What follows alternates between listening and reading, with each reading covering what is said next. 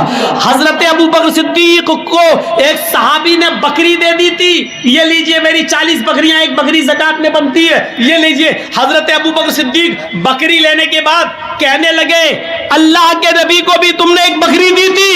کہاں دی تھی؟ آپ ہی تو آئے تھے نبی کے ساتھ. کہاں میں آیا تھا؟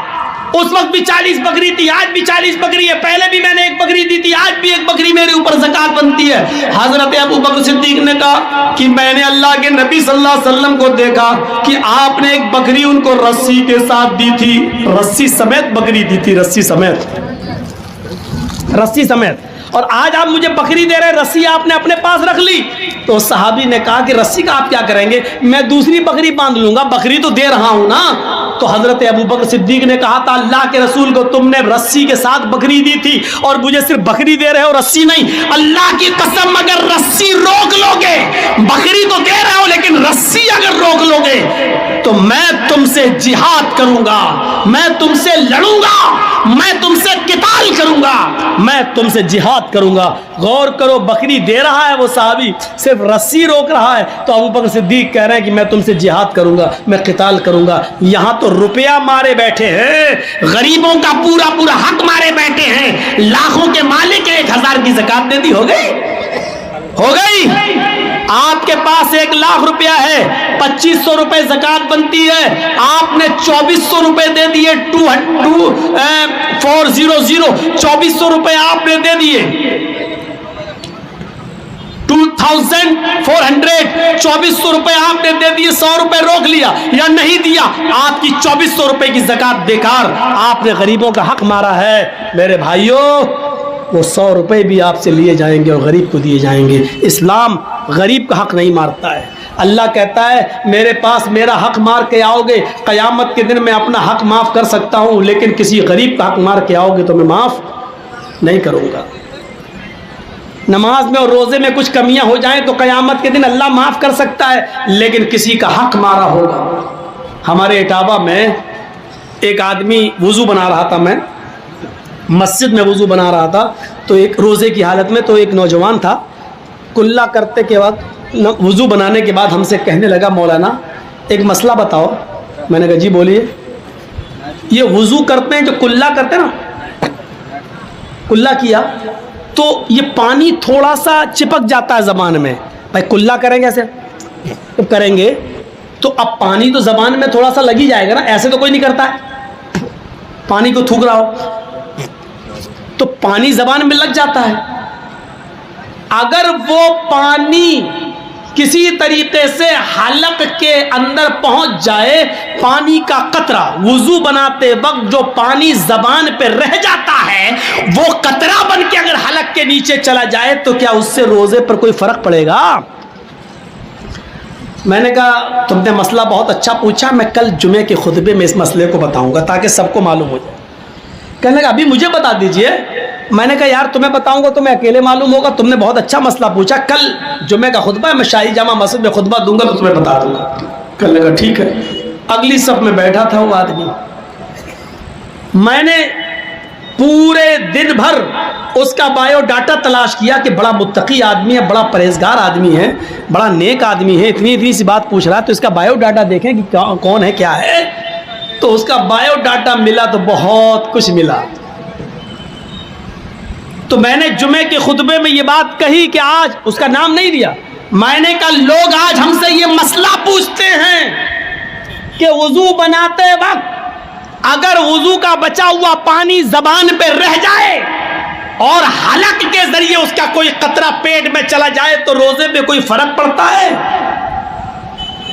پانی کے ایک قطرے کو حلق کے ذریعے پہنچ جانے پر ان کو لگتا ہے کہ روزے پر کوئی فرق پڑتا ہے یا نہیں. یہ مسئلہ وہ پوچھتے ہیں جو اپنی بہنوں کا حق مارے بیٹھے ہیں، اپنی بیٹیوں کا حق مارے بیٹھے ہیں زمین و جائیداد میں، جب ان کی زندگیوں پر نہ اپنی بہن اور بیٹیوں کا حق مارنے سے ان کی زندگیوں پر کوئی فرق نہیں پڑ رہا ہے، ایسے لوگ یہ مسئلہ پوچھتے ہیں کہ پانی کا ایک قطرہ اگر حلق کے نیچے اتر جائے تو روزے پہ کوئی فرق پڑے گا یا نہیں پڑے گا؟ کیسے متقی اور پرہیزگاری دکھائی دے رہی ہے اس مسئلے کے اندر، لیکن نتیجہ کیا ہے؟ جب اندر سے ان کی زندگی دیکھی تو پتہ چلا کہ باپ کے مرنے کے بعد وہ بہنوں کو، یعنی باپ کی وراثت میں سے وہ اپنی بہنوں کو حق نہیں دے رہا ہے، اور اپنی وراثت میں اپنی بیٹیوں کو حق نہیں دے رہا ہے۔ جو اپنی بیٹیوں کا اور اپنی بہنوں کا حق مارے بیٹھا ہے، وہ آدمی آج یہ سوال کرتا ہے کہ پانی کا قطرہ اگر حلق کے نیچے چلا جائے تو روزے پہ کوئی فرق تو نہیں پڑے گا؟ تصور کریں آپ اپنی بہن کو 1 لاکھ نہیں 1 کروڑ کا جہیز دے دو، لیکن باپ کے مرنے کے بعد باپ کی وراثت میں بھی بہن حصے دار رہے گی، اور باپ کی وراثت میں تمہیں جو حصہ ملے گا تمہارے مرنے کے بعد تمہاری وراثت میں سے بھی بہن حصے دار رہے گی، یعنی باپ کی وراثت میں سے بھی حصہ ملے گا اور بھائی کی وراثت سے بھی بہن کو حصہ ملے گا، اور جب بہن کی شادی ہوگی تو شوہر کی وراثت میں بھی بیوی کو حصہ ملے گا، اور بیٹا اگر مر گیا تو بیٹے کی وراثت میں بھی اس کی ماں کا حصہ بنے گا۔ میرے بھائیو، اللہ کے رسول نے، شریعت نے ایک عورت کو چاروں طرف سے عزت دے رکھی۔ یہ وہ لوگ مسئلہ پوچھتے ہیں۔ اسلام نے اتنا زبردست انتظام کر دیا ہے ہمدردی کا کہ آپ بچ نہیں سکتے، رعایت نہیں، یہ کرنا ہی پڑے گا تمہیں۔ اسی لیے قرآن کہتا ہے وَسَارِعُوا إِلَى مَغْفِرَةٍ مِّن رَّبِّكُمْ وَجَنَّةٍ عَرْضُهَا السَّمَاوَاتُ وَالْأَرْضُ، اپنے رب کی مغفرت کی طرف دوڑو اور اس جنت کی طرف دوڑو جس کی لمبائی اور چوڑائی زمین و آسمان کے برابر ہے۔ دنیا میں آج انسان صرف کمانے پر لگا ہے، اسباب راحت بہت، جرجیز صاحب نے بہت کمایا، آج جرجیز صاحب کے پاس اسباب راحت بہت ہیں۔ آپ جرجیز صاحب کے گھر آئیے تو آپ کو دیکھنے کو ملے گا اس کے گھر میں ایئر کنڈیشن بھی ہے، آج اس کے گھر میں 4 ویلر بھی ہے، آج اس کا گھر بھی عالیشان بنا ہوا ہے۔ اسباب راحت تو جرجیز صاحب کے پاس بہت ہیں، لیکن ڈاکٹر نے منع کر دیا، جرجیز صاحب آپ بیمار ہیں، آپ اے سی کی ٹھنڈی ہوا میں نہیں لیٹ سکتے ہیں۔ ایسے اسباب راحت سے کیا فائدہ؟ ہم اور آپ جو کما رہے ہیں، راحت کے اسباب اکٹھا کر رہے ہیں کہ ہمیں گرمیوں میں اے سی کی ٹھنڈی ہوا مل جائے۔ ہم نے بہت کمایا، لیکن ڈاکٹر نے منع کر دیا کہ اے سی کی ٹھنڈی ہوا میں نہیں لیٹ سکتے ہو۔ اسباب راحت اتنے ہیں کہ چلنے کے لیے 4 ویلر ہے میرے پاس، لیکن ڈاکٹر نے منع کر دیا ہے صبح سویرے تمہیں روزانہ پیدل ٹہلنا ہوگا۔ اگر پیدل نہیں ٹہلو گے، کچھ دور 2-3 کلومیٹر روزانہ چہل قدمی نہیں کرو گے تو تمہارے پیر جام ہو جائیں گے۔ تمہیں ضروری ہے اپنے آپ کو اسٹرانگ رکھنے کے لیے تمہیں پیدل چلنا پڑے گا۔